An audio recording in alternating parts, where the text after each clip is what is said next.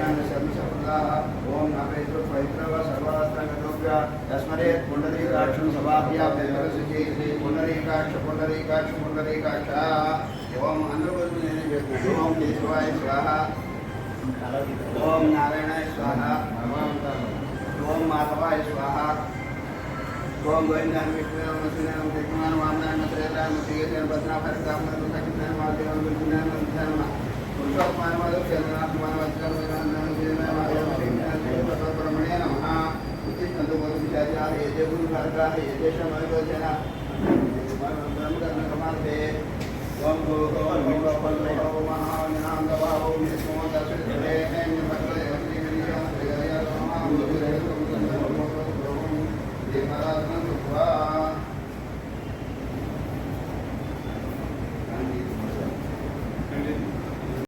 नमोस्तुते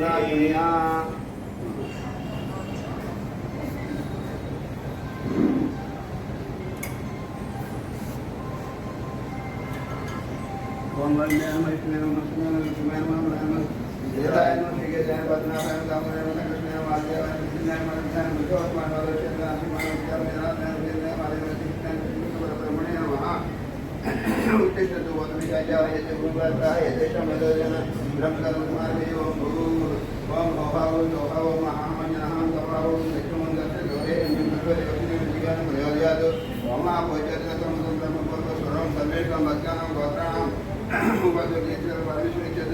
मूर्ते श्री महाविष्णुराज्यवर्तमानस्य ब्रह्मणा द्वितीयरात्रे श्वेतवरा कल्पि वैवस्वत्मैके ब्रह्मपादे जम्बुद्वीपे भारतवर्षे भरतखण्डे दिग्भागे श्रीशैल श्रीशैलविदे कृष्णा गोदावरी मञ्जदेशे श्री रङ्गराजनाथ देवालय समग्र स्वगृहे समस्त देवता ब्राह्मण हरिहर सन्निधवशिनोत्तमान यावत् धर्मानेन श्री विश्वास नाम संवत्सरे उत्तरायणे वसंत ऋतु चैत्रमासे शुक्लपक्षे तृतीय वासरस्तु हिंदुवासरे शुभयोगे शुभनक्षत्रे अश्विनी नक्षत्रे शुभयोगे शुभगणां सर्वेषां गोत्राणां भक्तानां आयुर्वेदकेशदेवयज्ञं समस्त देवता अनुग्रहशासित्यर्थं रामायण सप्ताह दिवसे प्रथम दिवसे श्री हनुमत सीता लक्ष्मण भक्त शत्रुघ्न परिवार समेत रामचंद्र देवता प्रीत्यर्थम हनुमत सीता लक्ष्मण भक्त परिवार समेत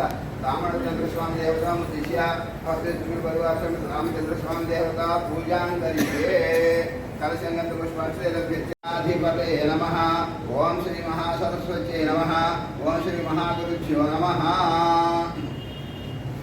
ओम तच्छम्यो रावणीमहे गातुं यज्ञाय गातुं यज्ञपते दैवी स्वस्तिरस्तुनः स्वस्तिर्मानुषेभ्यः वक्त्वं जिगातभेषजं जन्नो अस्मद्विमहे शं चतुष्पदे ओम शान्ति शान्ति शान्तिः तच्छम्यो सहस्रदीर्घसहस्राष्टसहस्रपाद कभूमिं विश्वगौरवा अत्यतिष्ठदशानुलं पुरुष एवेदकं सर्वं यद्भूतं यच्चभव्यं भूतामृतत्वशेषानः यदन्धीनादिरोहति एतावान्सकमिमा अतो ध्यायाति च पुरुषः पादो शीर्षाभूतानि त्रिपादस्यामृतमिति त्रिपादोदयपुरुषः पादो शेह भवात्मनः ततो विश्वज्ञक्रामतो साधनानसनैः तस्मात् विराजयायत विराजो अधिपुरुषः तयातो अधिऋतुः पश्चात्तुमधोपुरः यत्पुरुषेण हंसाः देवायज्ञमतन्वत वसन्तो अस्यासीदाग्निं ग्रीष्मयज्ञशरद्वैः सप्तास्यासं कवितयः त्रिसप्तसंविधकृताः देवायज्ञन्तन्मानाः अबद्धं पुरुषं तं यज्ञं परिषत् प्रोक्षन् पुरुषं जातमगतः तेन देवायजनः प्राध्याश्रये तस्मात् यज्ञः सर्वगतः संवृतं वृषदाभ्यं वयोविस्तागचक्रे वायुव्यान्नो आरण्यां ग्राम्याचे तस्मात् यज्ञः सर्वगतः अर्यसामान्यजिगिरे चन्दागंसिजिगिरे तस्मात् यजस्तस्मात् तस्मादस्माजायत एकेजो भयातः गावो जिगिरे तस्मात्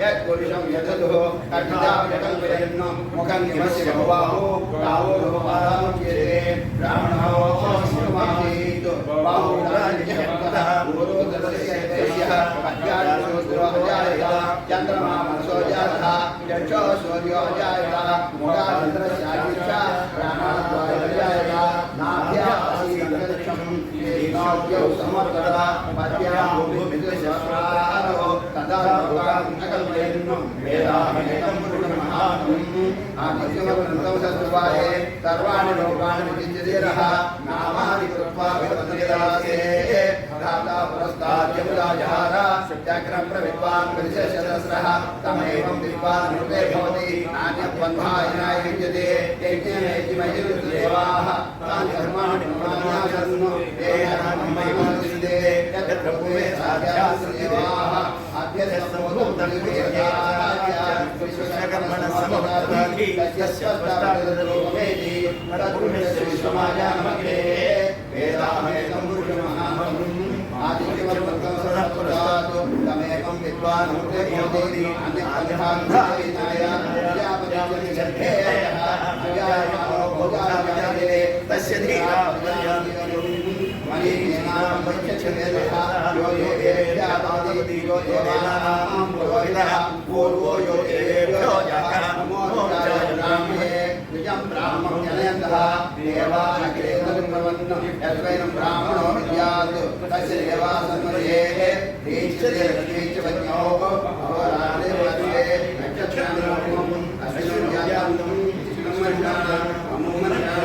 सर्वं तच्छब्दो रावणीमहे गातुं यज्ञाय गातुं यज्ञपदे देवी स्वस्तिरत्नः स्वस्तिर्मानुषेकः वोत्पत्तिकायं यज्ञोत्पत्तिपदे चतुष्पदे ॐ शान्ति शान्ति शान्तिः स्वस्ति नो बृहस्पतिः ददातु ॐ शान्ति शान्ति शान्ति सद्यो जातं प्रपद्यामि सद्यो जाताय वै नमो नमः भवे भवेनादि भवे भस्मा भवोद्भवाय नमः वामदेवाय नमो ज्येष्ठाय नमः श्रेष्ठाय नमो रतनाय नमः कालाय नमः खलविघ्नाय नमो बलविघ्नाय नमो बलाय नमो बलप्रमदनाय नमः सर्वभूतदमनाय नमो मनोन्मनाय नमः अघोरे यो भगे यो अघोरे सर्वे नमस्ते देव्यः तत्पुरुषाय विद्महे महादेवाय धीमहि तन्नो रुद्रः प्रचोदयात् ईशानः सर्वविद्यानामीश्वरः सर्वभूतानां ब्रह्माधिपतिर्ब्रह्मा शिवो मे अस्तु तदा మొట్టమొదటి రోజున బాలకాండ శ్రీ శ్రీ బ్రహ్మశ్రీ గాదమూర్తులైన సాక్షాత్తు రామకృష్ణ కృష్ణ రామ రామ హరే హరే కృష్ణరన్న రామరన్న ఆయనే కాబట్టి ఈయనే కాసేపు రాముడుగా భావించి మనందరం కూడా అభిషేకం చేయాలంటే మొత్తం కూడా శివస్వరూపం కింద సంఘం పూజ చేస్తుంటాం అన్ని శివమే శివోహం అనుకుంటూ చేస్తే అప్పుడు మనం సర్వం శివుడైతే అప్పుడు శివుడిని పూజ చేయడానికి మనకి ఇది వస్తుంది.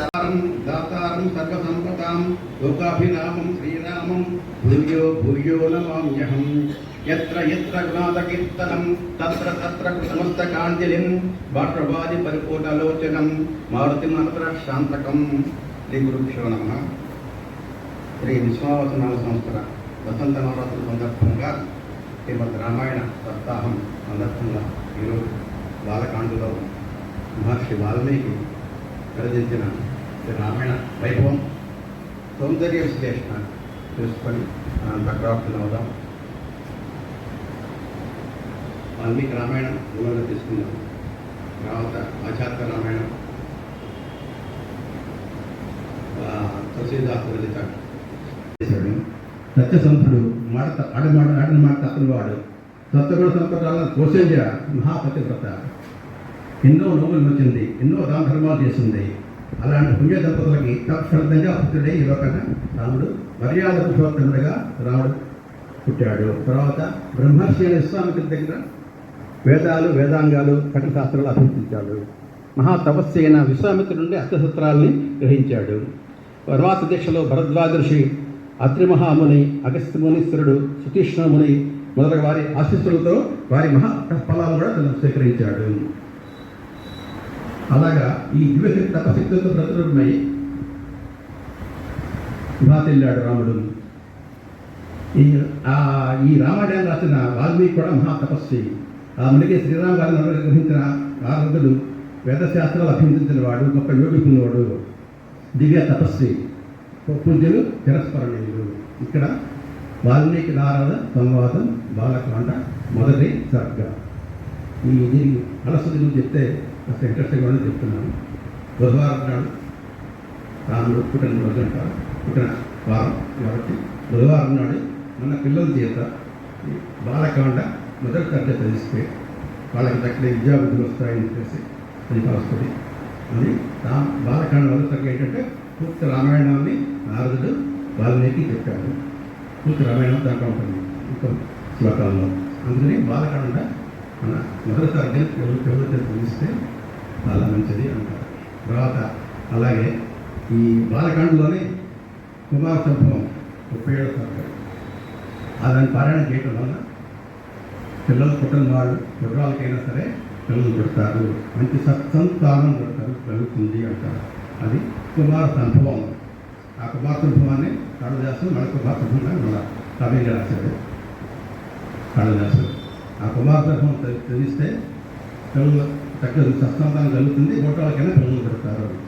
తర్వాత పెళ్ళిళ్ళు కాకుండా బాధపడుతున్న యువతీ యువకులు రామలక్ష్మణ శత్రుఘ్నుల వివాహ సన్నివేశంగా తెలిస్తే వాళ్ళ తప్పనిసరిగా వాళ్ళ త్వరలో పెళ్ళి అవుతుందని చెప్పేసి చెప్తారు. ఇలాగా బాలకాండలో ఇలాంటి అంశాలు చాలా ఉన్నాయి. అవన్నీ ఎందుకంటే అప్పుడే బాలకాండ కనీసం మొదటి సరిగ్గా తొలికడానికి తెలిస్తే రామాయణంతో తెలియనట్టే ఉంటుంది, ప్లస్ ఇవన్నీ కూడా మనకి దొరుకుతాయి అని చెప్పేసి ఆయనకి తగ్గ పూజలు చేశాడు, అతి వజాలు ఇచ్చాడు. ఆయనతో దేవర్షిని ఇలా ప్రశ్నించాడు. అంతే మహాముని తపస్సు వచ్చినప్పుడు ఆయనకి తనకున్న సందేహాలు తీర్చుకోవడం అనేది తప్పనిసరి పరిస్థితి. అది ఆ చర్చ తీసుకుని దానికి అభివాదాలు ఇచ్చి ఆయన సత్కరించి బుద్ధదాసులు ఇచ్చి అప్పుడు అడిగాడు అన్నాడు, ఓ మహర్షి, సకల సద్గుణ సంపన్నుడు, ఎట్టి విపత్కర పరిస్థితుల్లోనూ తొనకనివాడు, సామాన్య విశేష ధర్మాలని అన్నీ ఎరిగినవాడు, శరణాగత వస్త్రుడు, ఎట్టి క్లిష్ట పరిస్థితులందును ఆడి తప్పనివాడు, నిష్ఠమైన సంకల్పం కలవాడు, సదాచార సంపన్నుడు, సకల ప్రాణులకు హితమును కూర్చేవాడు, సకల శాస్త్ర కుశలుడు, సర్వ కార్యధ్వంధుడు, తన దర్శనంతో అందరితో సంతోషింపజేయవాడు, ధైర్యశాలి, హర్షవర్గాలను జయించినవాడు, చక్కని రూప లావణ్యాలతో తొలగితుండేవాడు, ఎవరి పైన అసూయ లేనివాడు, రణరంగం నా కుప్పుడు లేనట్టు కోపం వస్తే దేవాసులను సైతం భయకంపితం చేయగలవాడు. అట్టి మహాపురుషుడు ఎవరు అలాంటి వారు ఎవరైనా ఉన్నారా? అలాంటి మీరు సర్వజ్ఞులు దేవర్షి కాబట్టి ఈ మహాపురుషుడి గురించి నాకు తప్పక చెప్పవలసింది అని చెప్పేసి దానికి సమర్థులు మీరే అని చెప్పేసి వాల్మీకి నారదుడిని అడగడం జరిగింది. దానికి త్రిలోకజ్ఞుడైన నారదుడు వాల్మీకి పలుకులను సందర్శించి, ఓ మహాముని, నువ్వు చెప్పిన ఈ ప్రచారమైన విధాత కూడా అన్నీ ఒక మనిషిలో ఉంటారు, చాలా కష్టం, ఆల్మోస్ట్ ఇంపాసిబుల్. కానీ అలాంటి వాడు ఉన్నాడు, రాజ్యం చేస్తున్నాడు. శ్రీరామచంద్రుడు 11,000 సంవత్సరాలు రావణాసుర సంహారం అయినాక 11,000 సంవత్సరాలు రాజ్యాన్ని పాలించాడు. ఆ సమయంలో దగ్గర కథ అన్నమాట. అలాంటి వాడు ఉన్నాడు రాముడు శ్రీరామచంద్రుడు. ఆయనకి ఈ 16 లక్షణాలు సద్గుణ లక్షణాలన్నీ ఉన్నాయి రాముడికి. అలాంటి సద్గుణ సంపన్న రాముడు చెప్తూ రామాయణం పూర్తిగా అప్పటిదాకా జరిగిన కథంతా కూడా వాల్మీకి ప్రథమ సర్గగా చెప్పడం జరిగింది. అందుకనే ప్రథమ సర్గ యొక్క ఇంపార్టెన్స్ అది. దాన్ని తప్పనిసరిగా అందరూ చదవడం, నిత్య పారాయణ చేయడం మరీ మంచిది. బుధవారం కాని పక్షంలో బుధవారం కనీసం బుధవారం మన పిల్లల చేసి చదివిస్తే వాళ్ళకి మంచి విద్యాబుద్ధులు వస్తాయి. తర్వాత ఈ రామాయణ కావ్యానికి నెక్స్ట్ పరిసంతస్థ మిగిలిపలే రామాయణ కథ లోకేష్ ప్రదర్శ్యతి. బ్రహ్మదేవుని పలుకులు వాల్మీకి కావ్యాన్ని వస్తాయి. అనంతరం అతడు యోగాతీనుడై రామచరిత్ర ఘట్టాలను దృష్టాలను తన బ్రహ్మదేవుని యొక్క వరం వలన రామాయణ ఇంతకుముందు జరిగిన రామాయణ కథ అంతా అతనికి మన బలకం మీద రాముడు దశరథుడు మాట్లాడుకుంటుంటే దశరథుడి మనసులు ఏమనుకుంటున్నాడు, ఏం మాట్లాడుతున్నాడు, రాముడి మనసులు ఏమనుకుంటున్నాడు మాట్లాడుతున్నాడు, అలా కైకేయి మాట్లాడుతుంటే కైకేయి మనసులో ఏముంటుంది, మంది ఏం మాట్లాడుతుంది, అవి కూడా మొత్తం అతనికి వాల్మీకి చక్కగా పరిచయం అయ్యాయి అన్నమాట. కళ్ళ ముందు కనబడుతూ ఉన్నాయి. దాన్ని చక్కగా చంద్రబద్ధంగా రాశాడు. కావ్యం రామాయణం కృతం కృష్ణం సీతాయా చరితం మహత్ పోలస్వరమిత్యేవ చకార చరితవ్రత. ఈ కావ్యాన్ని రామకథ, సీతా చరిత్రము, రావణవధ బాహ్యంగా కనిపిస్తుంది మనకి. మన చెప్పినట్టుగా రాముడు ప్రవాసానికి వెళ్తుంటే రాముడిని నేను తను చూడలేదు, ఇది నా జీవితం అనుకునేవాడు చాలా మంది ఉన్నారు. రాముడు నాకు చూశాడు, నా జీవితం ఎంజాయ్ అయిపోయింది, నాకు మోసం వచ్చేస్తుంది అనుకున్నాను చాలా మంది ఉన్నారు. అంటే రాముడు తన వైపు చూస్తే చాలు అనే అంత సమ్మోహనంగా ఉంటాడు. ఆయన చూడకపోతే మన ధర్మ వ్యర్థం అని అనుకునేవారు అన్నమాట. అందుకనే అలాంటి చక్కగా రామనామం చేశాడు, పేరు పెట్టాడు. ముందు రాజ్యభారణ వహించాలి కాబట్టి కైకేయి పుత్రుడికి భరతుడిని పేరు పెట్టాడు. సుమిత్ర పిల్లలు ఎదుకుమారులో తర్వాత శుభలక్ష్ముడైన సంపరుడైన లక్ష్మణుడిని పేరు పెట్టాడు. శత్రువులను సంహరించడంలో గడుగుడు కనుక శత్రుఘ్నుడిని పేరు పెట్టాడు. శత్రువుని తప్పడానికి ఉత్తరాఖండ్లో మనకి కనబడుతుంది. రావణాసురుడిని చంపుతాడు, అదే అక్కడ శత్రుఘ్నుడిని పంపిస్తాడు, లక్ష్మణుడిని భక్తుడిని పంపిస్తాడు. అది అక్కడ ఉత్తరాఖండ్లో మనం జరుగుతుంది శత్రుఘ్నుడి యొక్క యుద్ధ కోసం. అలా వీరు పేర్లు వహించడం వారి తాత్విక నామధేయులు. నేను నలుగురు రాజకుమారులు వశిష్ఠ మహర్షి యొక్క వేదాంగాలు తక్షశాస్త్రాలు అభ్యసించారు. దశరథుడు ఆ ముగ్గురు పత్రులు అతని ముగ్గురు పత్రులు కూడా ఆ తిన్నారుల గణుడాలు ఎంతో ముచ్చిపోతూ ఉండేవారు. ఇక్కడ తరగతిలో విశ్వామిత్రుడు రామలక్ష్మణుడు పుట్టడం, రామలక్ష్మణుడు దగ్గర పుట్టిందిగా రాముడు పునర్వస నక్షత్రంలో పుట్టాడు. భరతుడు పుష్య నక్షత్రం, కమలు లక్ష్మణుడు శత్రుఘ్నుడు ఆశ్లేష నక్షత్రంలో పుట్టారు. రాముడు అది వటంకిస్తున్నాను. దీంట్లో రవి పూజ గురు శుక్ర శనులు ఉన్నారు కాబట్టి వాళ్ళ ఇది జరిగింది అని చెప్పేసి చైత్రశుద్ధ నవమి పునరుత్నాడు 4వ భాగం కర్కాటక లగ్నం రాముడు. భరతుడు చైత్రశుద్ధ దశమి పుష్యమి నక్షత్రం మీన లగ్నం. కామ పిల్లలు లక్ష్మణ శత్రుఘ్నుడు చైత్రశుద్ధ దశమి ఆశ్లేష కర్కాటక లగ్నం వల్ల వీళ్ళు వేదాలను చక్కగా చదువుకున్నారు. నెక్స్ట్ విశ్వామిత్రుడు వచ్చేసాడు. వచ్చేసి దశరథుడు తరపు రాగానే విశ్వామిత్రుడు అందరికీ భయం, ఎక్కడ తెప్పిస్తాడు, కోపం వస్తుంది తెప్పిస్తాడు అని చెప్పేసి ముందు దశరథుడు ఆయన కనబడగానే ఆయనకి అగ్గి పద్యాలు ఇచ్చి, అయ్యా స్వామి మీకేం కావాలని చెప్పంటే ఇచ్చేస్తాడు. ముందే మాట ఇచ్చేస్తాడు, అడగకుండానే నీకు ఇంకేం కావాలని ఇచ్చేస్తాడని మాట ఇచ్చేస్తాడు. అప్పుడు ఆయన విశ్వామిత్రుడు చెప్పాడు, విద్య సంరక్షణార్థం నాకు చిత్రాన్ని కావాలి మార్చి కోరాడు. ఇంకా రాముడు చిన్నపిల్లాడు, అలా వెళ్ళబడి అంటలేదు. అప్పుడే విషయాన్ని అడుగుతున్నావు, ఆయన ఎవరు చంపాలి అంటే అడిగాడు. అయితే మార్గదర్శకం చంపాలి. అయ్యో వాస్తవాన్ని అయితే రాముడు చిన్నపిల్లాడు అడిగి చేయలేడు. నేను నా అక్షమైన సైన్యం ఉంది, ఆ సైన్యం నేను వస్తాను, నేను చెప్తాను, మీకే కంగారు పెట్టలేదు, రాముడు మా సైన్యం నేను వస్తాను. అది కాదే బాబు, నేను వల్ల కాదు. అది సరే బాధ ఉంది అయితే దశరథుడు అడిగాడు అన్నమాట. బాధ ఉంది అయితే వాడడానికి ఎవరున్నారు? రావణ ఉన్నాడు. అమ్మో నా వల్ల కాదు, నేను రాను, రావణే బాబు నా వల్ల కాదు అని చెప్పేసరికి అప్పుడు విశ్వామిత్రుడు కోపం వచ్చి, అహం వేద్మి మహాత్మానం రామం సత్య పరాక్రమం వశిష్ఠోపి మహాతేజ ఏచే మే ప్రతిష్ఠితా అన్నాడు. దశరథ రాముడికి తెలియదు, సత్యమే పరాక్రమం లోపల గలవాడు, సత్య ప్రభావంచే భూలోకాలను కూడా ఆక్రమించగలవాడు. అంతవాడు మహాత్ముడు అనగా మహాపురుషుడు, పరమాత్ముడు. అహం వేద్మి, నేను అతని విష్ణువుగా నాకు తెలుసు. ఆహా అంటే విష్ణువు అని కూడా వస్తుంది, విష్ణుధాత్మ వల్ల ఆహా అని వస్తుంది అన్నది. ఆహా సంపర్కంలో అని చెప్పేసి వస్తుంది. ఆ విష్ణువే అవతారం. ఈ విషయం నాకే కాదు, మీ కులములైన వస్తు కూడా తెలుసు. అయినట్టు కావాలంటే కానీ ముందు పాటించావు, నాకేం కావాలి అది ఇస్తా అని చెప్పావు, కానీ ఇప్పుడు ఏమంటున్నావు, ఈ వంశ గౌరవాన్ని ఉండగలుగుతున్నావు అని చెప్పేసి పాపం వెళ్ళిపోవచ్చు కష్టం.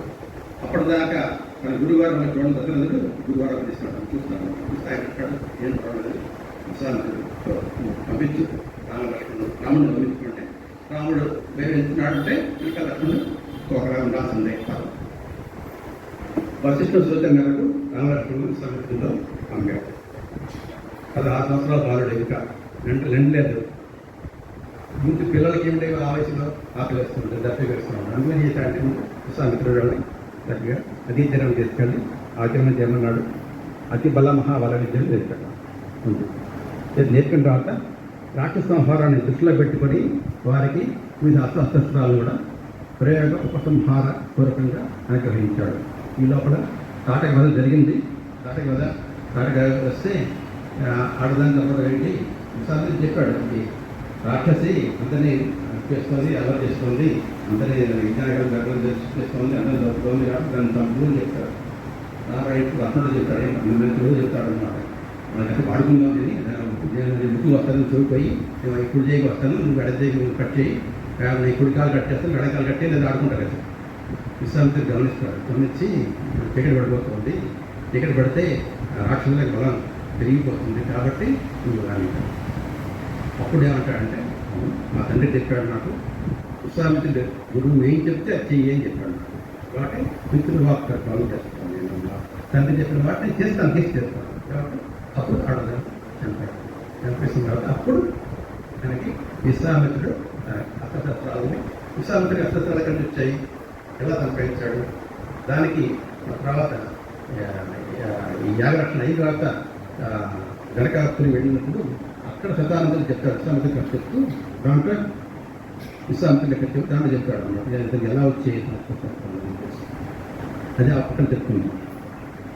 ఈ శస్త్రాలని ఇప్పుడు ఎవరిచ్చారు? సదాశివుడు ఇచ్చాడు. సదాశివుడు విశ్వామిత్రుడికి ఎందుకంటే విశ్వామిత్రుడికి ఇచ్చాడు, వశిష్ఠుడిని దెబ్బలాడడానికి ఇచ్చాడు, మనకి బాహ్యంగా దెబ్బడదు అది. కానీ అది ఆ తర్వాత వశిష్ఠుడిని అంటే విశ్వామిత్రుడు విడుదలేడు, అతను బ్రాహ్మణుడు బ్రహ్మరంతా మొత్తాన్ని సాధన చేయగలడు. ఈ అస్త్రంలో రాముడికి రావాలి. విశ్వామిత్రుడు అడుగుతాడు శివుడిని అనమాట, ఈ ప్రపంచంలో ఉన్న అస్త్రాలు నాకు రావాలి, అంగోపాంగం మొత్తం అన్నమాట, నాకేంటి చదవడం నాకు కావాలి, వేదాల్లో ఏముంది మొత్తం అన్ని యాగాలు మొత్తాన్ని నాకు వచ్చేయాలి complete within no time. అంత ఘోర తపస్సు చేస్తాడు, చేస్తే 17 సంవత్సరాలు తపస్సు చేస్తాడు, చేస్తే విభజిస్తాడు. అవన్నీ రాముడికి వస్తాయి, చేరతాయి, రాముడి ద్వారా రాముడి సంహారం జరుగుతుంది. అది దృష్టిలో పెట్టుకుని శివుడు విశ్వామిత్రుడికి ఇవ్వడం జరిగింది అన్నమాట. ఈ రాక్షస సంహారం దృష్టిలో పెట్టుకుని అస్త్రశస్త్రాలన్నీ దాన్ని ఎలా ప్రయోగించాలి, ఉపసంహారం చేయాలి, అది ముఖ్యం. అది ప్రయోగించడం కాదు, దాన్ని ఉపసంహారం నేర్చుకోవాలి. ఉపసంహారం నేర్చుకోకుండా దాన్ని అస్త్రాన్ని మనం ప్రయోగించకూడదు అనే రూల్ ఉంటుంది. అదే అక్కడ మనకి మహాభారతంలో తెలుసుకున్నాం. అశ్వత్థామ బ్రహ్మశ్రీరామశాస్త్రం అర్జునుడు నేర్పుతాడు, ద్రోణుడు నాకు దర్శనం దెబ్బలాడతాడు. అశ్వత్థామ నీ నేర్పడం రా, నువ్వు షార్ట్ కట్టడం నీకు నేర్పం పోమంటాడు, దెబ్బలాడతాడు. ప్రయోగం నేర్పుతాడు, ప్రయోగం నేర్పుతాడు, సంహారం నేర్పుతాడు. కనీసం ఇది నా శిష్యుడు కదా, నువ్వు కొడుకైనా శిష్యుడు కదా, సంహారం తెలియదు, ఉపసంహారం తెలియదు కాబట్టి మీరు ప్రయోగించడానికి ఉద్దేశిస్తే చెప్తాడు. కానీ అక్కడ దుర్యోధన మాట ఇస్తాడు, అపాండవం చేస్తానని చెప్పి నా మాట చేస్తాడు, ఏం చేస్తాడంటే అక్కడ ప్రయోగించేస్తాడు తెలియదు. అప్పుడు వ్యాసుడు బ్రహ్మ వచ్చి దెబ్బలాడతాడు, గుర్తుందా లేదు. ఎప్పుడైతే వాడు బ్రహ్మశ్రీరాముడు అసలు వదిలాడు అశ్వత్థామ, ఇది కృష్ణుడు అంటే అడ్డు కూడా వదిలంటాడు. దాన్ని ఇద్దరు మళ్ళీ కొట్టుకుంటారు, రెండు కొట్టుకుంటాయి, రెండు బ్రహ్మాసులు కొట్టుకుంటుంటే ఏమవుతుంది, అంతే కలవడం. అప్పుడు బ్రహ్మ వీళ్ళంతా వ్యాసుడు వచ్చి అర్జునుడు చెప్తాడు, నువ్వు ఉపసంహారం చేసుకోమంటాడు. అర్జునుడు ఉపసంహారం చేస్తాడు. అక్కడ అశ్వత్థామ చేయడం రాదంటాడు. మరి గుర్తుందో లేదా నీకు, ఉపసంహారం లేకుండా ఎలా చేస్తావు అని చెప్పి దానికి తెలుస్తాడు అన్న కృష్ణుడు. అతని తలలో ఉన్న మణిని కట్ చేసి, నువ్వు ఇప్పటిదాకా ఆ మణి దీనిలో ఉండటం వల్ల నీకు ఇలాంటి బాధలు లేకుండా ఉన్నావు, ఇక్కడి నుంచి నువ్వు చిరంజీవిగా ఉంటూ అన్ని బాధలు పడు, మనుషులు పడే అన్ని బాధలు పడుతుంది, చిరంజీవిగా ఉండు అని చెప్పేసి తెలుస్తాను. అందులో ఏంటంటే ప్రయోగ ఉపసంహారం యొక్క ఇంపార్టెన్స్ అది అనమాట. ఆ ఉపసంహారం తెలియకుండా ఎవరు అస్త్రాన్ని ప్రయోగించకూడదు అనే రూల్ అనమాట. తర్వాత ఇక్కడ విశ్వామిత్రుడు రాముడిని పిలుస్తూ కౌసల్యా సుప్రజారామా అని దూరాలా పిలుస్తాడు. ఇప్పటికీ మనం ఎక్కడ సుప్రభాతంగా ఏ సుప్రభాతం పడినా ముందు అది లేకుండా కౌసల్యా సుప్రజారామం రాకుండా మనం చేయము. ఎందుకు? తల్లిని మించిన దైవం లేదు. నా మాతృ పరదైవతం, తండ్రి కంటే తల్లి 100 రెట్లు గొప్పది.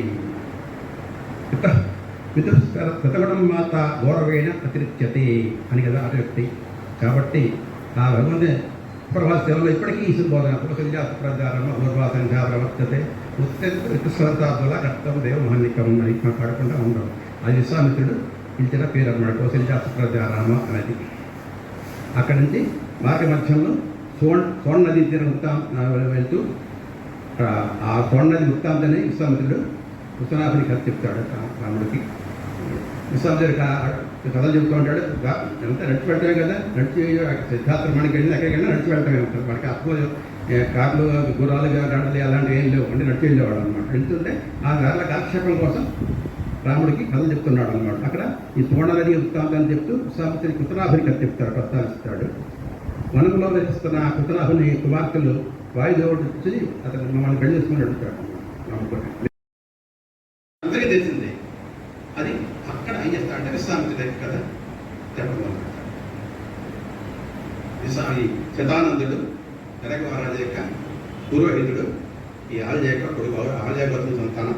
అతను ఈ విశ్వామిత్రుని కథ రాముడికి జన్మిస్తాడు. ఇతను రాజనందనుడు క్షత్రియవంతం వాడు. అతను ఒక పర్యాయం తన సైన్యాలతో భూగమండలాన్నంతా చుట్టి వస్తూ వశిష్ఠాశ్రమాన్ని నిర్ణయించాడు. 1,00,000 మంది సైన్యం ఉంది, దాదాపు 1,00,000 మంది అనుకోండి సైన్యం. వచ్చి సైన్యాన్ని దూరంగా పెట్టాడు. వశిష్ఠాశ్రమానికి వెళ్ళాడు.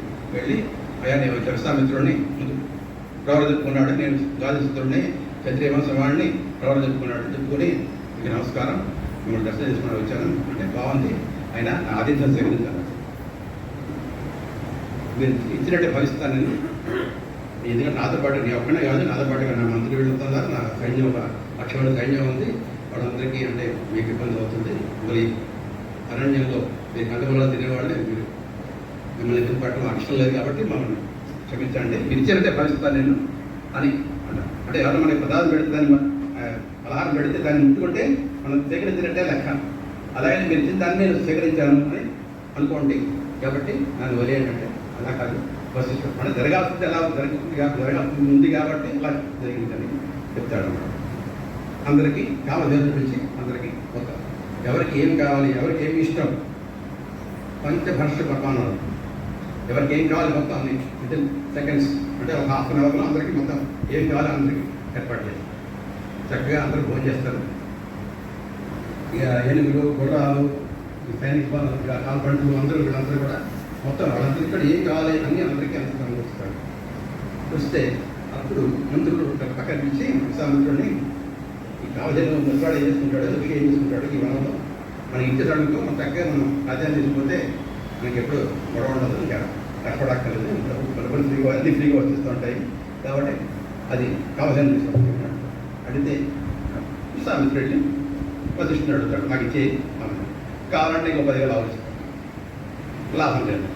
1,00,000 ఆలోచిస్తాను, లాభం లేదు. 1,00,000 ఆలోచిస్తాను, లాభం లేదు. నా రాజ్యం అంతా ఇస్తాను, లాభం లేదు. కేవలం ఇంకా లాభం లేదు, తెలియను, నేను బలవంతాన్ని తీసుకుపోతాను అని బలవంతంగా కావాలని తీసుకుపోతాను. పోతుంటే అప్పుడు కావాలని అడుగుతుంది, ఏంటి గురుగారు నన్ను వదిలేశారు, నన్ను ప్రత్యేకించారా, ఎందుకు నన్ను తీసుకుపోతుంటే అతను మీరేం మాట్లాడుకుంటున్నారు, నేను మహర్షిని, ఋషిని, బ్రాహ్మణ్ణి, బ్రహ్మర్షిని, నాకు కామప్రదాలు రాకూడదు, విశ్వామిత్రుడు చెప్పించగలను, నేను చెప్పించను, నీకు శక్తి ఉంటే నువ్వు కదిలించావు అంటే కామధేను అని చెప్తే దాని తెలుగులోంటి అస్త్రశస్త్రాలు మొత్తం చేసి విశ్వామిత్ర సైన్యాన్ని మొత్తం అంతం రావు. విశ్వామిత్రుడు వెళ్ళిపోతాడు. వెళ్ళిపోయి లాభం లేదు, ఇంత సైన్యం లాభం లేదు, కామధేను చేతిలో పడిపోయాను చెప్పేసి వెళ్ళి ఇక ఈ క్షత్రియ బలం ఎందుకు పని రాదు కాబట్టి మనం తపస్సు చేసుకుందాం, తపస్సు చేసుకుంటాం. 10,000 సంవత్సరాలు 1000 సంవత్సరాలు తపస్సు చేస్తాడు. చేస్తే శివుడు ప్రతిష్ట అవుతాడు. ఏం కావాలంటే ఇలాగ ఈ అస్త్రాలని, ఈ ప్రపంచంలో ఉన్న అస్త్రాలు, నీకు తెలిసిన అస్త్రాలు, మంత్రాలు, వేదాంగాలు మొత్తం నాకు విదిన్ నో టైం ఇచ్చేయాలి దగ్గర.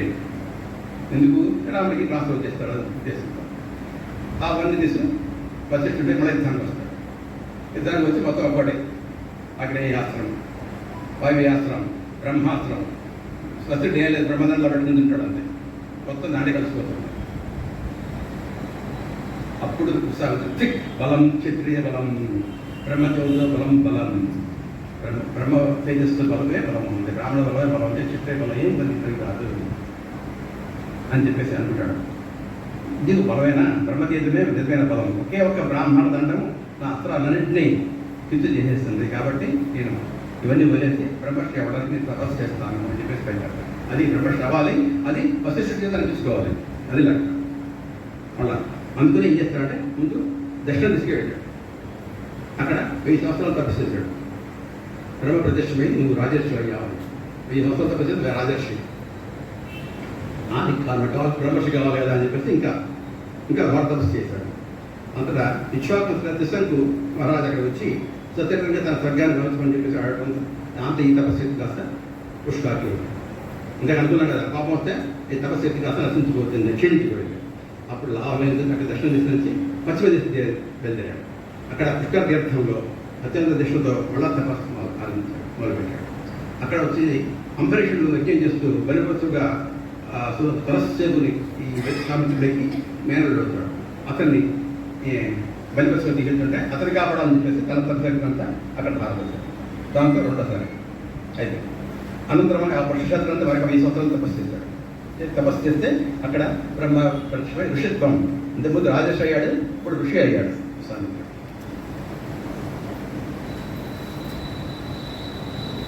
ఇంకా లాభం లేదు కదా అని చెప్పేసి మళ్ళీ ఈసారి ఇంకా చేయడం అన్నాడు. ఆ స్థితిలో దేవతలు ఏం చేస్తారంటే మేనేజర్ పంపించారు. ఇది చేస్తారు మోహన్లో పడ్డాడు. మేనేజర్ పంపడి దాంతో ఇంకా ఆ పిల్లల కంటం అక్కడ అయిపోయింది. అప్పుడు కూడా పెళ్లి తెచ్చుకున్నాడు. అయ్యో ఏంటి నాకు తికాలం కొన్ని 1000 సంవత్సరాలు అలాగే గడిపేసాడు, మేనేజర్ గడిపేసాడు అప్పుడు బుద్ధి వచ్చింది. కోరికాడని చెప్పి ఇంకా మళ్ళీ ఈసారి ఉత్తర దిశకి ప్రయాణం చేశాడు. ఉత్తర దిశకి వెళ్ళి అక్కడ మళ్ళీ 1000 సంవత్సరాలు తపస్సు చేస్తే అక్కడ బ్రహ్మర్షి అయ్యాడు. మహర్షిత్వం సంపాదించాడు. మహర్షి, రాజర్షి, తర్వాత ఋషిత్వం, ఇక్కడ మహర్షి అయ్యాడు. ఇంకా లాభం లేదు, నువ్వు బ్రహ్మర్షి కావాలని ఇంకా తపస్సు చేయాలి, ఇంకా చేయని చెప్పేసి మళ్ళీ అతను అడిగాడు. అప్పుడు ఈసారి ఏం చేశాడంటే ఉత్తబాహువై బాగుని ఆహారాన్ని గొలుచు వేసగాలం పచ్చాకి వచ్చంలో చలికాలం జలనందు ఉండి 1000 సంవత్సరాలు కఠోరంగా తపస్సు చేశాడు. పంచాగ్రుడు చుట్టుపక్కల 4 పక్కల అగ్నిలో నిలవేసింది. పైనుంచి సూర్యుడు ఒంటిగాలు నిలబడి సూర్యుడిని చూస్తూ తపస్సు చేయడం పంచాగ్రులు. అలాగే వర్షాకాలంలో జలంలో మునిగి చేస్తుంది తపస్సు చేయటం, చలికాలంలో ముఖ్యంగా ఇలా చేస్తే అప్పుడు కఠోరంగా తపస్సు చేస్తే అప్పుడు ఈసారి రాముని పంపించాడు ఇంద్రుడు. రామ వచ్చేసరికి మళ్ళీ ఆవిడని తెప్పించాడు, కోపం మళ్ళీ సెలవు బొమ్మని తెప్పించాడు. దాంతో ఈ తపస్సుకి అంతా కదా మళ్ళీ హుష్కాకి అయిపోయాడు. వెంటనే ఇంకా అట్లా ఆహలేదు. ఉత్తర దిశ దక్షిణ అయిపోయింది, పశ్చిమ దశ అయిపోయింది, ఉత్తర దిశ అయిపోయింది, ఈసారి తూర్పు దిశకి వెళ్ళిపోయింది. దేని ఇంకా నా కామ క్రోధలోపాలు ఇవన్నీ ఉండేదాకా ఉంది కాదు, నాకు బ్రహ్మస్పత్వం రాదు అని అప్పటికి నిశ్చయించుకొని అప్పుడు తూర్పు దిశగా వెళ్ళి అక్కడ తీవ్ర తపస్సు చేశాడు. ముల్లోకాలు అల్లకొల్లాలిపోయాయి. అప్పుడు దేవతలందరూ వచ్చి అడిగారు, బ్రహ్మని భగవాన్ మమ్మల్ని కాపాడు, 2 లోకాలను మునిగిపెట్టున్నాయి, నువ్వు అడిగే సముద్రకి కూడా వచ్చేసి అని చెప్పి ప్రజలాడితే అప్పుడు బ్రహ్మర్షిత్వం ఇస్తారు. బ్రహ్మర్షిస్తే దానికంటే దాని తృప్తి ఆడు నన్ను వశిష్ఠుడే నన్ను బ్రహ్మర్షిని కలవాలి. అప్పటిదాకా నేను ఓకే అది కూడా ఎగ్రీడ్. అలా బ్రహ్మర్షిత్వం సంపాదించాడు. అంటే ఒక క్షత్రియుడు తపశక్తితో బ్రాహ్మణుడిగా ముందుకు చేయవచ్చు అని సామిత్రుడు చేస్తాడు. అదే తత్వాది మధ్య అయిపోతున్న బ్రాహ్మణత్వం అంటే ఇవన్నీ లక్షణాలు ఉంటే బ్రాహ్మడు, ఈ లక్షణాలు లేనివాడు బ్రాహ్మడు కాదు, పుట్టుకతో వాడు బ్రాహ్మడు కాదు, చండాలుడైనా సరే ఈ లక్షణాలు ఉంటే వాడు బ్రాహ్మడే, చండాలుడు కాదు అని యక్షతత్వంలో చెప్తాడు ధర్మరాజు. అలాగే నవషుడితో తత్వంగా అయినప్పుడు అతని ఇంట్లో కూడా చెప్తాడు అన్నమాట. నవషుడు అడిగితే బ్రాహ్మడు ఎవరంటే చెప్తాడు అన్నమాట. ఈ లక్షణాలు ఉండాలి, సంప్రవర్తన ఉండాలి, సత్యం పలకాలి, ధర్మం ఉండాలండి, ఇవన్నీ ఉంటేనే వాడు బ్రాహ్మడు కాదు, ఇదితో వచ్చేది కాదు. స్వాధ్యాయం ఉండాలి, చదవాలి, దానగుణం ఉండాలి, త్యాగశీలత ఉండాలి, ఇన్ని ఉండాలి. ఇన్ని గుణాలు ఉంటేనే వాడు అవుతాడు. ఇన్ని చేస్తూ పాటించకపోతే ఉపయోగం లేదు. అని యజ్ఞాలు చేస్తుంటాడు కానీ తను పాటించాడు. ఇంత చల్లా సరిగ్గా చెప్పినట్టుగా పిల్లిపై నేను అందరూ చెప్పడం కానీ పాటించడం లాభం లేదు. అది పాటిస్తూ ఉండాలి. పాటిస్తేనే అప్పుడు ఆ బ్రహ్మత్వం వస్తుంది అని బ్రహ్మర్షి అయ్యాడు. అలాగని సత్యానందుడు చెప్పడం జరిగింది. భూమిలోంచి ఉద్భవించింది, వాడు పుట్టి లేదు, గర్భవాసం లేదు. తర్వాత ద్రౌపది అగ్నిలోంచి పుట్టింది, అగ్నిలోంచి పుట్టింది. అలాగే ఆ 16 వయసు 17 వయసులో అలా అగ్నిలోంచి అలా వచ్చేసింది. అందుకే అంతగతి అంటారు. నల్లగా ఉన్నా వాడు కృష్ణ అనిపించిన అలిపే, ద్రౌపది అలిపే, అందుకే కృష్ణ అనిపిస్తాడు కృష్ణుడు. కృష్ణ అని పేరు కూడా నల్లగా ఉన్నాడు కదా కృష్ణుడు ఒకటన్నమాట.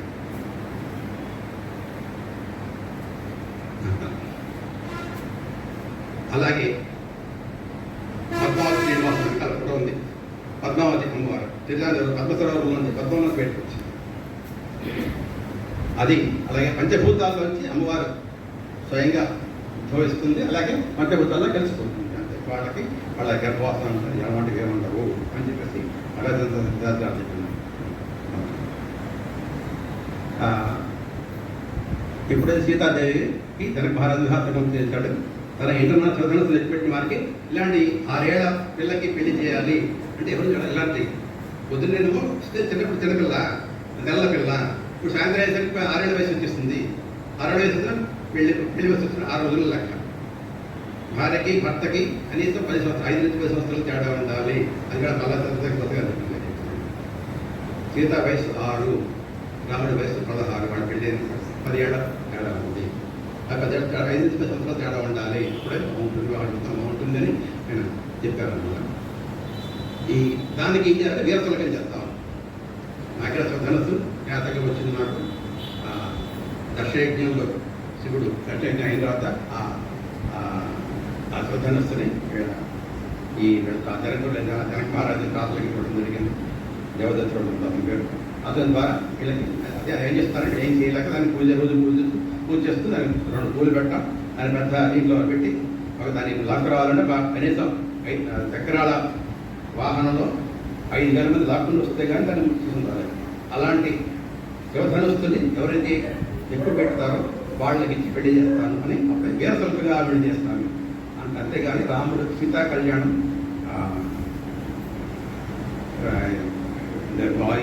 వీరసల్పగా జరిగింది తప్పితే వేరే జరగలేదు అని చెప్పేసి అంటారు. ఈ స్వర్గాన్ని తెచ్చిపెట్టి వాడికి తన కూతురు ఇస్తానని పెళ్లి చేస్తానని మహారాజు ప్రకటించాడు. ఆయన పెట్టాడు. చాలా మంది రాజులు వచ్చారు, ఎవరు ఏం చేయలేకపోయారు. ఆ పరిస్థితిలో విశ్వామిత్రుడు రామలక్ష్మణుడు తీసుకొచ్చాడు. విశ్వామిత్ర మహర్షి కోరికపై జనకుడు ఆ శివధనుస్సుని ఆయన చూపించాడు.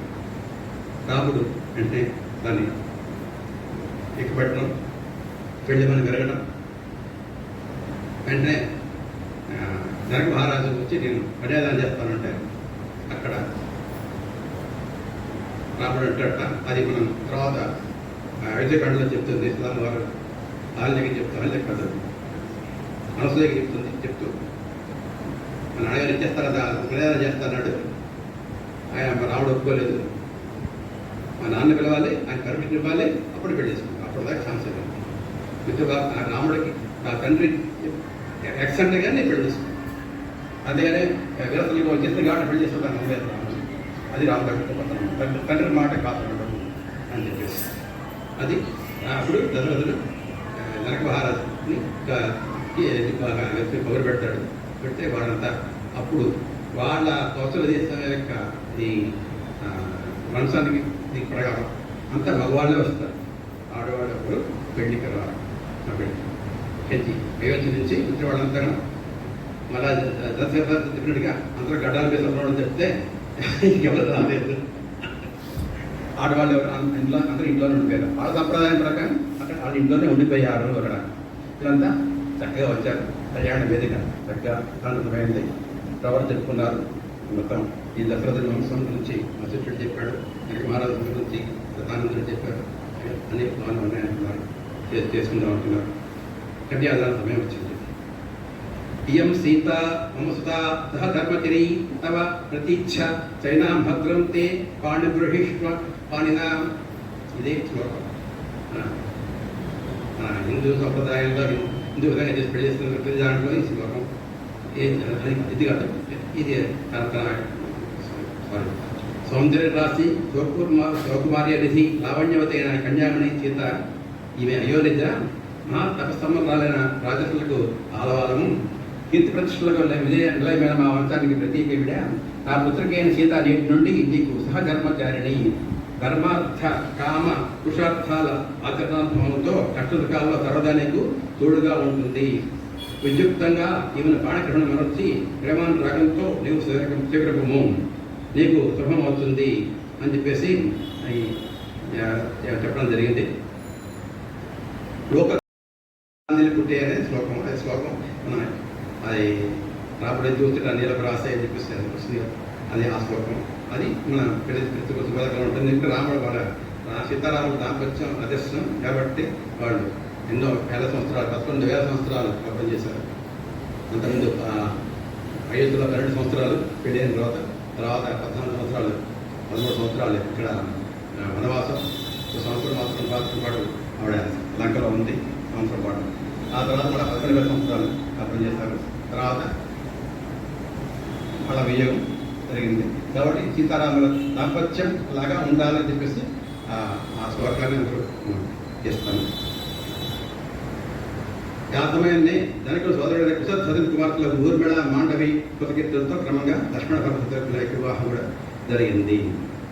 ఆ తర్వాత అక్కడి నుంచి అయోధ్యకు బయలుదేరారు. వీళ్ళు బయలుదేరితే పెండ్లి వేడుకలు ముగియగానే దశరథ మహారాజు నవవధువులతో సపరివారంగా అయోధ్యకు బయలుదేరాడు.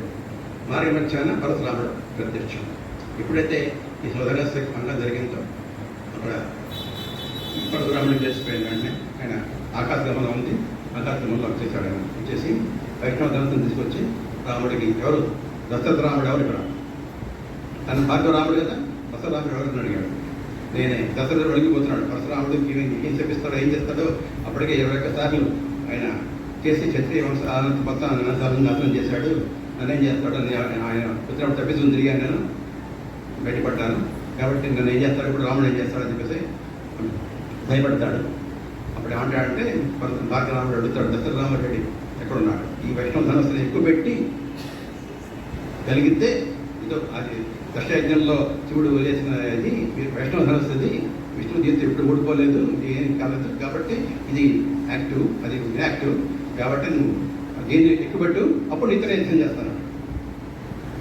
అప్పుడు ఆ వైష్ణవ ధనస్సుని తీసుకున్నట్టుగా తీసుకుంటూ రాముడు ఆ భార్గవరాముల యొక్క శక్తిని, భార్గరాముడు కూడా అవతార భగవతి కాబట్టి ఆ అవతార విశేషాన్ని తను విష్ణు స్వరూపాన్ని తనలోకి కలిపేసుకుంటాడు. తపశక్తి వైష్ణవ తేజాన్ని కూడా తనలోకి గ్రహం చేశాడు. ఏం చేస్తే అప్పుడు ఆ వైష్ణవ ధనస్సు ఎక్కుపెట్టి అప్పుడు అడుగుతాడు భార్గవరాముడిని, నేను బాణం ఎక్కుపెట్టానంటే ఆ క్షత్ర ధర్మం ప్రకారం నేను బాణం వేయాల్సిందే, గర్వం లేదన్నమాట. ఎవరికి టార్గెట్ చేయనుంటుంది. నీకు సంపాదించిన ఇన్ని వేల సంవత్సరాలు తపస్సు చేసి సంపాదించిన పుణ్యలోకాలన్నింటి నేను నాశనం చేయనా, లాగేసుకున్నా. లేకపోతే నీకున్న ఆకాశగమనం, శేఖరగమనం, ఆకాశగమనం దాన్ని నువ్వు తేజఛాయిస్తున్నావు. అయ్యా నాకు తెలుస్తుంది, నువ్వు విష్ణు దగ్గర విష్ణు పరమైన తెలుసుకుని కాబట్టి నా పుణ్యలోకాన్ని మనం మంత్రంలో జరుగుతుంది. ఆయన వాచాత్మవాత్మస్వభావాత్ పరం ఇచ్చే సకలం పరస్పై నారాయణే సమర్పయామి. నారాయణకి ఇచ్చేస్తే ధన్యం. అంతేగా దాని నుంచి ఆశించేస్తే మనకి ఫలితం ఉండదు. అది మంత్రం అంటే నేను సంపాదించిన పుణ్యం అంతా నువ్వు తీసేసుకోవాలి, అర్థం హ్యాపీ. కానీ ఈ ఆకాశ గమనాన్ని మాత్రం నువ్వు తీసుకోవాలి. ఎందుకు తీసుకోవద్దు, దానికి కారణం చెప్తాడు. పరశురాముడు 21 సార్లు రాజులందరినీ ఓడించి చంపి వాళ్ళ రాజ్యాలన్నీ తీసుకుని అది కచ్చిపల్లి దానం చేశాడు. చేసిన తర్వాత ఆయన కచ్చిపల్లి అడిగాడు, ఇంట్లో ఎక్కడ ఉన్నాడు, వెళ్ళిపోవాలి, నాకు దానం తీసుకోడు కదా, నేనేమైతే వెళ్ళిపోవాలి అని ఎక్కడ పోతాడు. అప్పుడు సముద్రం ఏం చేస్తాడంటే అక్కడ మహేంద్రగిరి సముద్రంలో వెనక్కి వెళ్ళి మహేంద్రగిరి అక్కడ ఏర్పాటు చేసి అది అక్కడ మహేంద్రుడు వచ్చి స్నానం చేస్తాడు. ఆ మధ్య మహేంద్రగిరి పగలల్లా ఎక్కడ తిరిగినా పరశురాముడు ఆ రాత్రి అయ్యేసరికి అక్కడ మహేంద్రగిరి చేసి అక్కడ నిద్రపోతాడు. మరి అక్కడ మళ్ళీ మొత్తం చేస్తూ ఉంటాడు. ఆ మహేంద్రగిరి ఎందుకు జరుగుతుందంటే అక్కడ మహేంద్రుడి రోజు ఆ మధ్య సరోవరంలో స్నానం చేస్తాడు. అది ఎక్కడ ఉంది అంటే కన్యాకుమారి దగ్గర ఉంది అని చెప్పేసి మళ్ళీ కన్యాకుమారి దగ్గర ఉంది ఇది అని చెప్పేసి అక్కడి నుంచే హనుమంతుడు కూడా దీనికి లంకకి ప్రయాణం అయ్యాడు. అది కన్యాకుమారి. కానీ రామచేతుడు కట్టింది అక్కడ కాదు, రామేశ్వరం దగ్గర కాదని చెప్పేసి ఆయన కొన్ని పురాణాలు వాటిని చూస్తూ చెప్తారు. మళ్ళీ తన జస్ట్ సమయం సందర్భం ఉంది కూడా చెప్తున్నాను. ఆ తపస్థితి మీద తపశక్తులు తీసుకుంటాడు. తీసుకుని భార్గరాముడు వెళ్ళిపోతాడు. ఈ వైష్ణవ ధనస్సుని ఏం చేస్తాడంటే మళ్ళీ వరుణ దేవుడి దగ్గరికి ఇలా జ్ఞాపకం ఇచ్చేస్తాడు. ఎదురికి ఒక స్టోర్ కీపర్ లాకర్ అది లాగా అంటే వాళ్ళకి వరుణ దేవుడికి ఇచ్చేస్తాడు. దగ్గర నుంచి భద్రంగా ఉంచి అవసరం తీసుకుంటాడు.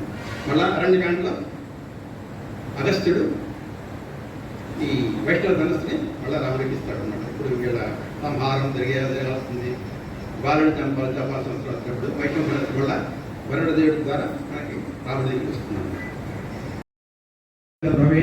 క్షమితాం దేవ నారాయణ నమస్తే भगवत्समर्पणं कायेन वाचा मनसेन्द्रियैर्वा विचात्मना वा प्रदेशभावात् करोमि यद्यत् सकलं परस्मै नारायणायेति समर्पयामि। अथ लोकक्षेम प्रार्थना। सर्वे भवन्तु सुखिनः, सर्वे सन्तु निरामयाः, सर्वे भद्राणि पश्यन्तु, मा कश्चित् दुःखभाग् भवेत्। तन्मङ्गलं मङ्गलं कोसलेन्द्राय महनीय गुणात्मने सकलवर्तितनुजाय सार्वभौमाय मङ्गलं। जय श्रीराम। మరి ఆత్మ పైనండి మరి ఆశీర్వదిస్తాను అనుకుంటాను. అంటే తప్పదు కాదు, బాలకాండనే చక్కగా అనుగ్రహ పాత్ర చేశారు. చక్కగా మనలాంటి మీరు గతంతా కూడా చాలా అందించారు. చాలా సంతోషం. ఈరోజు కార్యక్రమాల్లో చాలా గొప్పది గాయత్రి కొంత ప్రాశస్త్యం, రామనామ జపం ప్రాశస్త్యం చక్కగా చెప్పారు. పియం సీతా మమ సుతా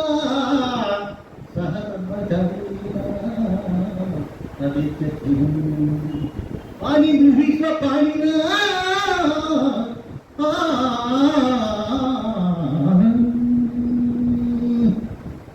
सीता मम सुता अम्माई सीता नागेड़ चालू मम सुता ना कुमार्ते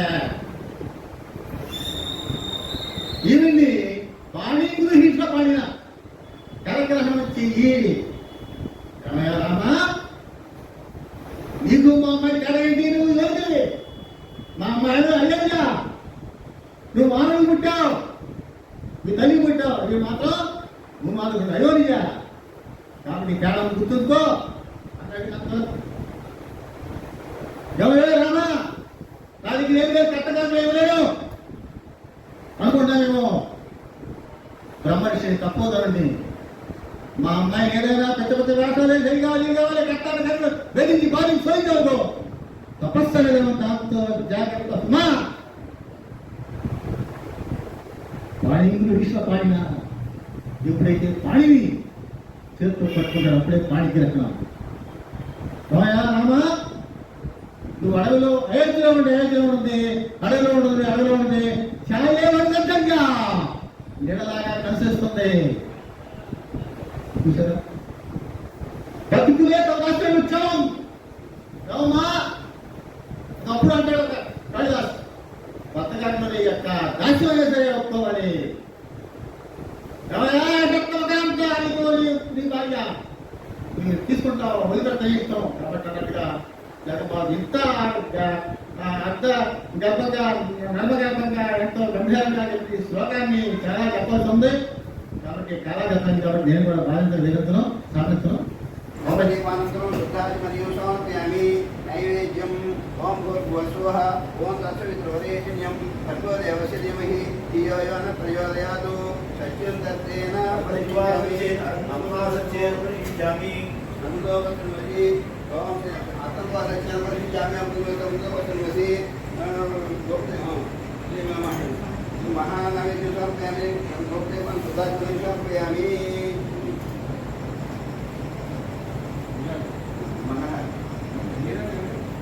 ताम्बूलं सुधात्मनि समर्पयामि. आनगर्भर नीराजनीय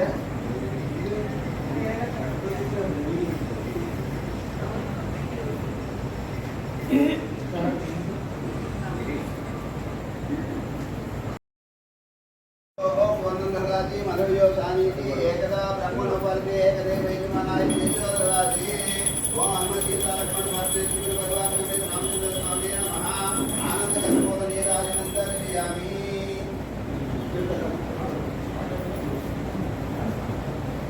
रामचंद्राय जनकराय मनोहराय मामकाभिगताय मह्यमंगलम्.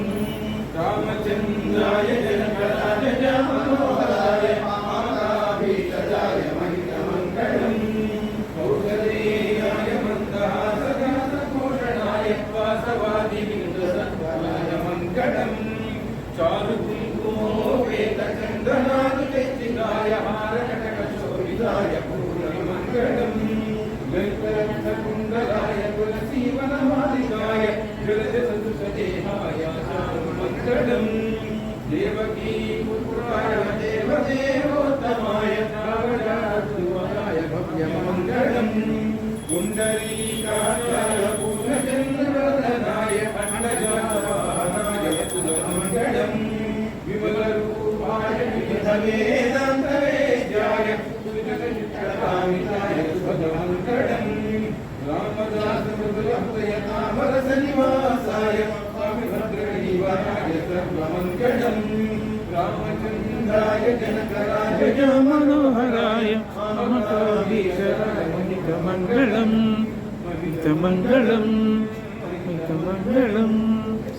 जय श्री राम जय श्री राम जय श्री राम गोविंदा आंजनेय वरद गोविंद गोविंदा गोविंदा पुंडरीक वरद गोविंद गोविंदा गोविंदा पार्वती पतये हर हर महादेव